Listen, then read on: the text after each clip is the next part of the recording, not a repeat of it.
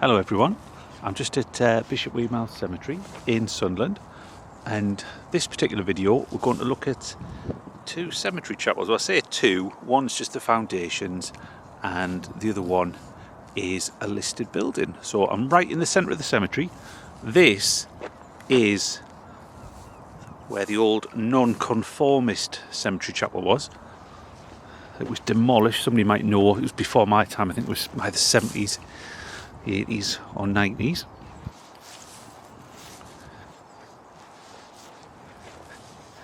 So this would have been used by the various nonconformist congregations of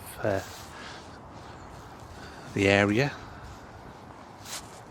such as Presbyterians, Methodists, Baptists. Mainly it was the people who weren't Anglican.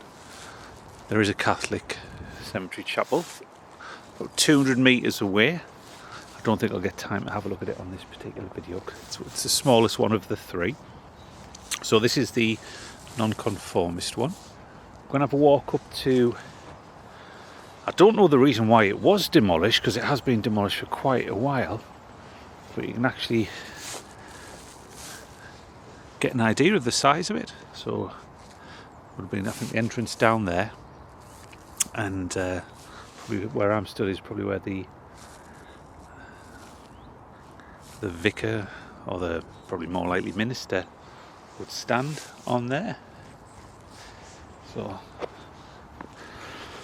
but this cemetery was opened on the 2nd of May 1856. Well, that was the first burial. Might have been opened a couple of days or weeks before that.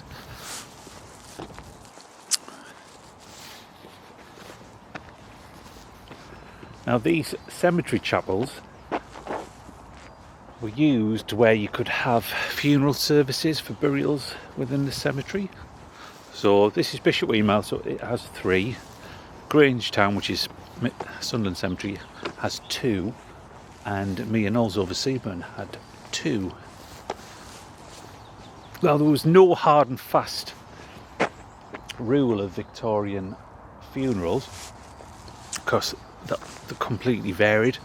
Some people would have a funeral service at home and come straight to a cemetery and go straight to the graveside. Some people might have a service at the local Methodist chapel and then go straight to the graveside.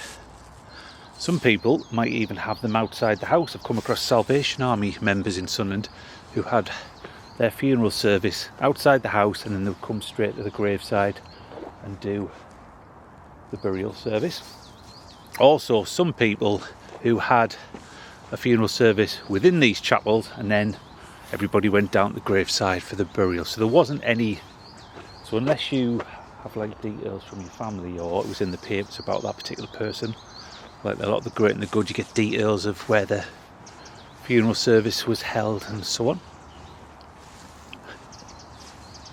But obviously, as the decades went on into the 1900s, there started being a lot more cremation. I think probably 20s, 30s, 40s it became a little bit more popular.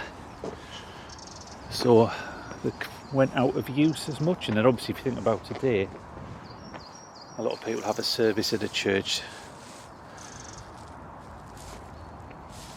The whole funeral at the church, then come straight to the graveside.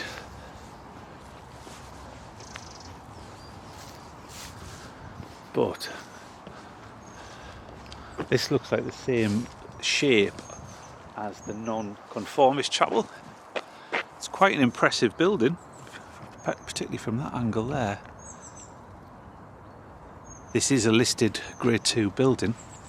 There's actually 9 listed buildings in the cemetery. They range from 4 tombstones or monuments to the Catholic chapel, this chapel. I think there's a lodge over there. And also some of the gates are listed as well. So it's quite a high building. I've never been inside. It's all locked up at the moment. That scaffolding's been on, but I believe there are plans to sort of do it up to great Gothic structure. Look at that.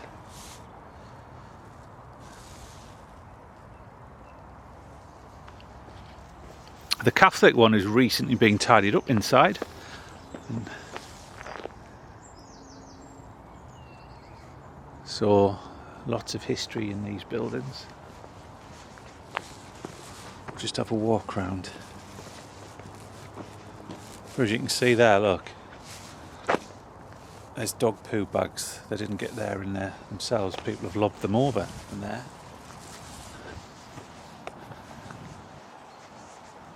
So it'd be very close to here, would have been quite a prime spot, as you can see by some of these particular burial grounds. Look at that. In memory of James Hartley. I believe he's a glassmaker. And then this one here, it's actually fallen apart sadly.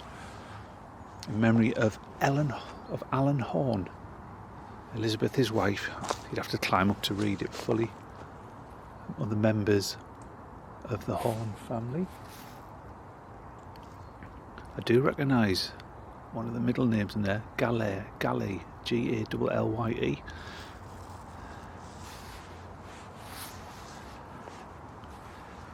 This one is completely falling apart. Oh yeah. So there'll be multiple people buried in here. You can see how it's made because it's fallen apart. Like brick structure there.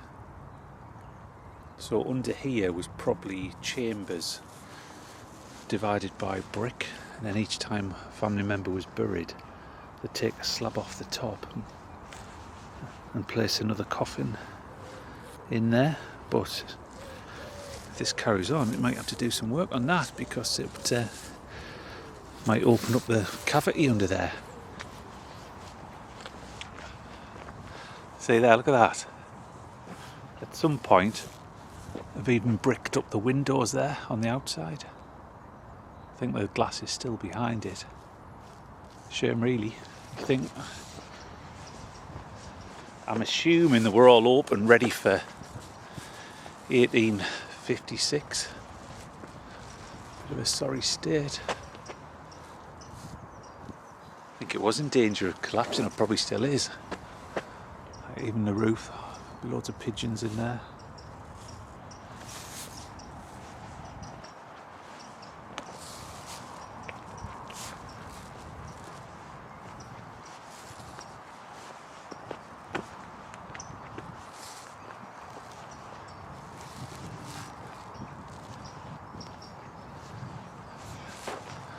Doesn't look very stable up there, does it?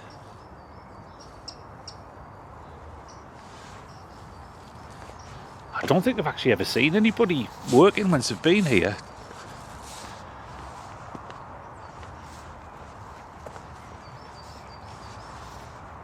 There's another grand burial ground. That's for Joseph Clark Watson, to the memory of Robert Thomas Newman of Bishopwearmouth, who was lost off New York from the ship Tiberius, February the 18th, 1862, aged 32 years. And then look, his wife, she died the following year. She was just 31 years. Sorry, that was, I think that Mary Jane was the wife of Joseph Clark Watson. I've never researched the people on this one.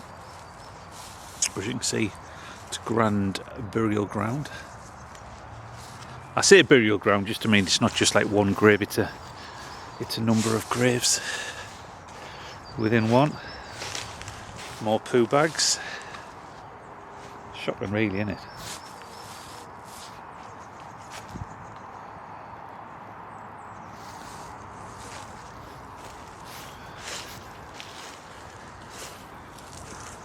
There's another one.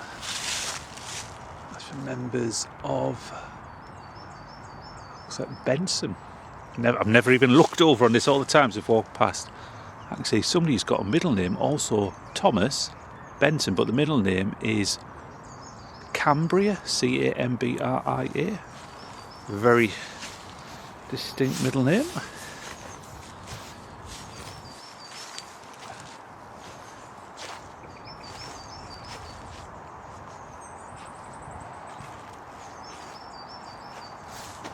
Some daffodils.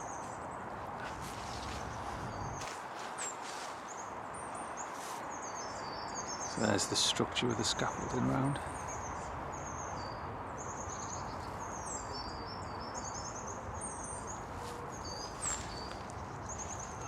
Back in the day, this place would have had a superintendent. There is a lodge over. A lot of you have probably seen it outside there. Garden next to the garden centre, next to the gates. There was a lodge. There'd be a superintendent supervising this place. They have a number of assistants. I read one article where it mentions they used to do like a sweep on a night time on a morning just to check there was nobody in. The gates would be locked. There was no smoking.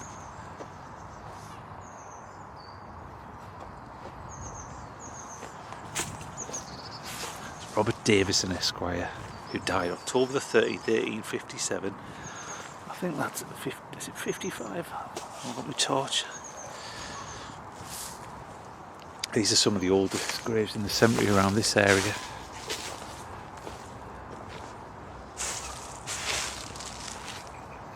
And here's another one of these. So these would have cost an absolute fortune. Not many people would be able to afford one of these. Now this family, the Fairclough family, they've appeared in a few of my stories, different generations. One was a solicitor, and then his son was a big, well-known plumber in Sunderland. As you can see on here, look, there's big slabs, so they would have lifted these up to put a body, like a coffin in. Walk around here.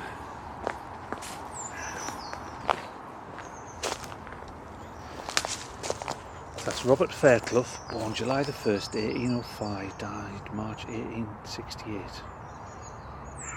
Jane Speeding, probably related to the Speeding's rope makers or something, I can't remember.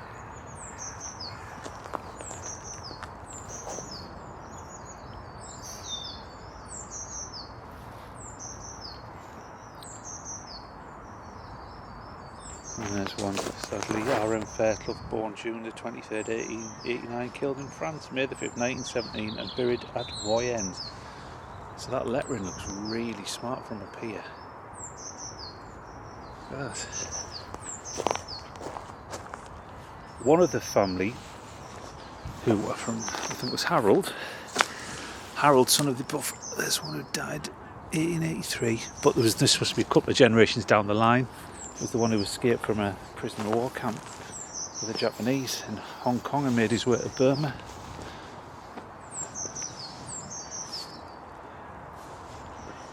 I'll just walk around to finish the video off so you can see this side.